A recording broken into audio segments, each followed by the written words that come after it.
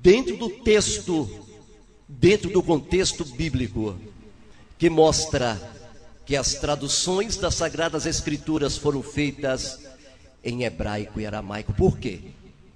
Porque os tradutores, quando eles fizeram estas traduções, eles praticaram furos de traduções que mostram que o indivíduo não dominava a língua, não tinha conhecimento técnico daquela língua. E estes furos é chamado, na linguagem moderna, de polissemia. E essa arte polissêmica é um afisgamento, é uma maneira de você enxergar que a linguagem jamais foi feita numa língua grega, visto que o grego, os apóstolos, eles tinham um costume, e esse costume jamais poderia ser quebrado. O nome do costume dos apóstolos era chamado, que existiu entre eles e era ensinado pela Torá oral, chamava-se halahá. E a halahá entre os apóstolos era muito forte. Para vocês entenderem o que é uma halahá, a expressão halahá em hebraico significa autoridade espiritual e autoridade doutrinal. A língua grega e a língua hebraica, ela é oposta. Por quê? Porque a língua grega, a língua hebraica, em primeiro aspecto, ela é uma língua santa, kadosh, pura. É uma língua que não tem nome de deuses contida nela. Em contrapartida, a língua grega, a maioria das palavras que você fala em grego é atribuído a nome de deuses da mitologia clássica. E jamais eu conseguiria ver um apóstolo como Shaul, não Paulo. A palavra Paulo veio de uma deidade chamada Apolo, não tem nada a ver com Paulo. O nome do homem era Shaul. E Shaul jamais falaria e escreveria em grego por causa da quebrantamento da halahá, que era autoridade doutrinal e autoridade espiritual. Ele jamais faria isso junto com todo. Isso era um pensamento global entre o Tamidim e entre todo Israel.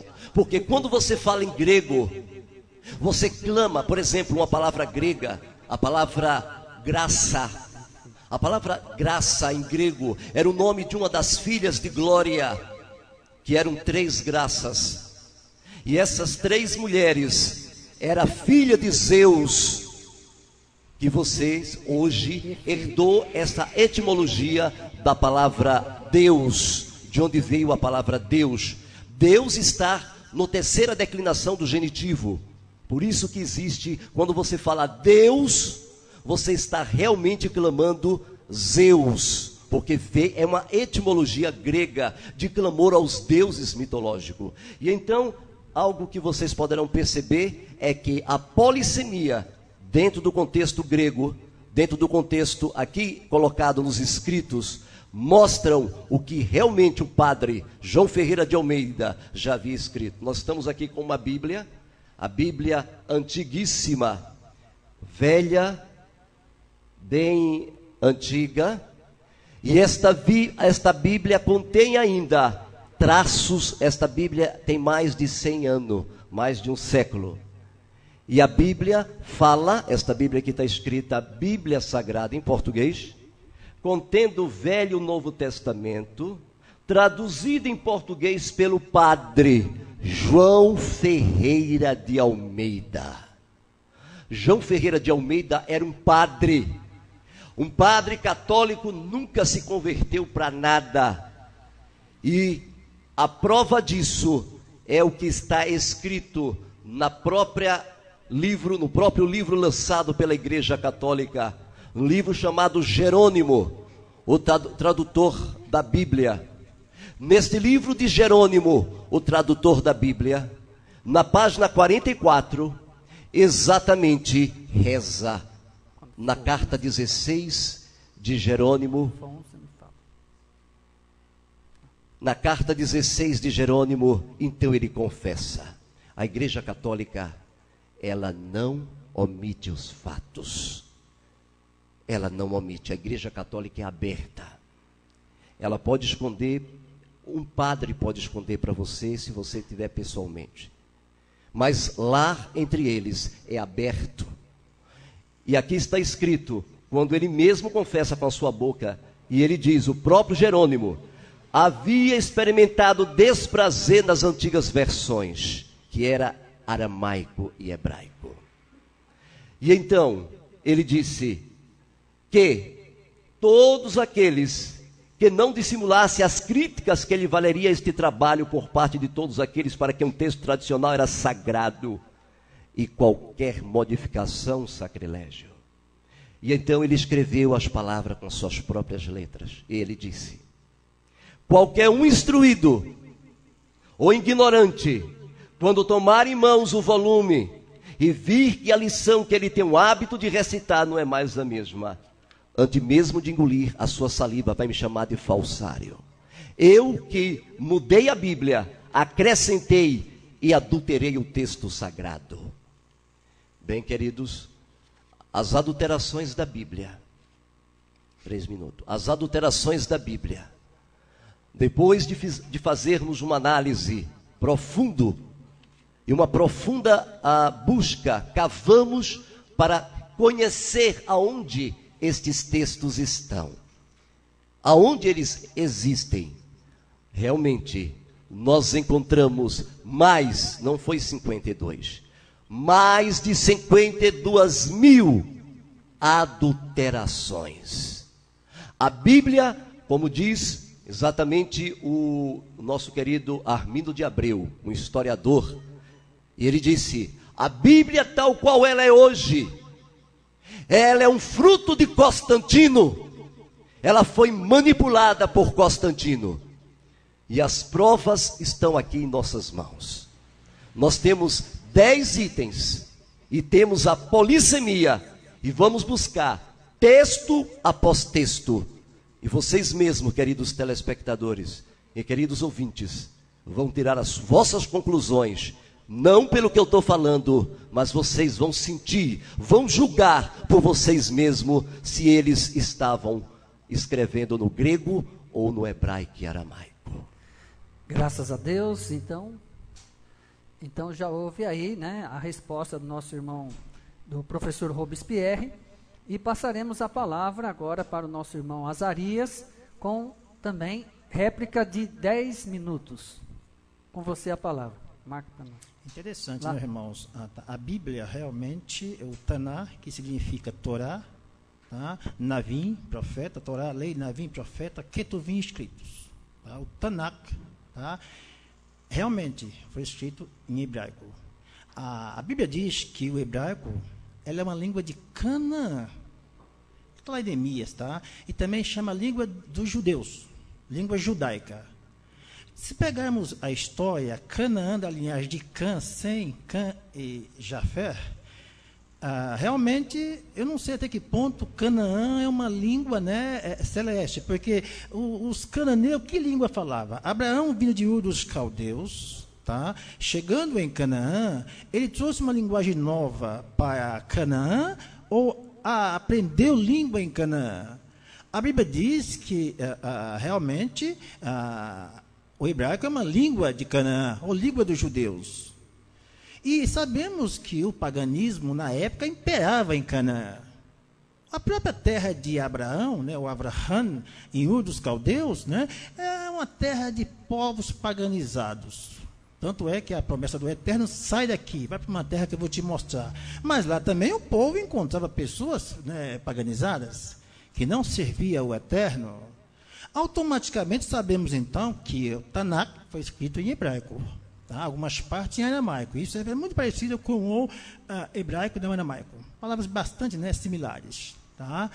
E veja bem, se o hebraico realmente, tá, é a língua que foi escrito o Tanakh, interessante é que a tradução ou a versão dos 70, a Septuaginta, elas foram escritas por cerca de 72 judeus, mas é chamada versão dos 70, e como que 70 judeus, né, fizeram uma tradução do hebraico para o grego, ou koiné, na cidade de Alexandria, pegavam uma língua, né, que no caso é Kadesh, ou Kadosh, santa, e escrevesse uma língua pagã. Pelo que eu entendo, é para esse judeu ser fulminado pelo Eterno. Porque a língua, né, grega passou até hoje, é uma língua muito conhecida. Todos os dias nós falamos grego, cardiologia, né, ginecologia, oftalmologia, é palavra grega. Então, essa língua predominou de cerca de 600 anos. E o koiné, língua comum para o povo da época, é como se fosse o inglês hoje, uma língua que o mundo falava, o grego. Então, muito me admira os sacerdotes, né, os sacerdotes judeus, fazer essa tradução. Mas a Bíblia, alguém a traduziu, alguém a verteu em outro idioma. Tá?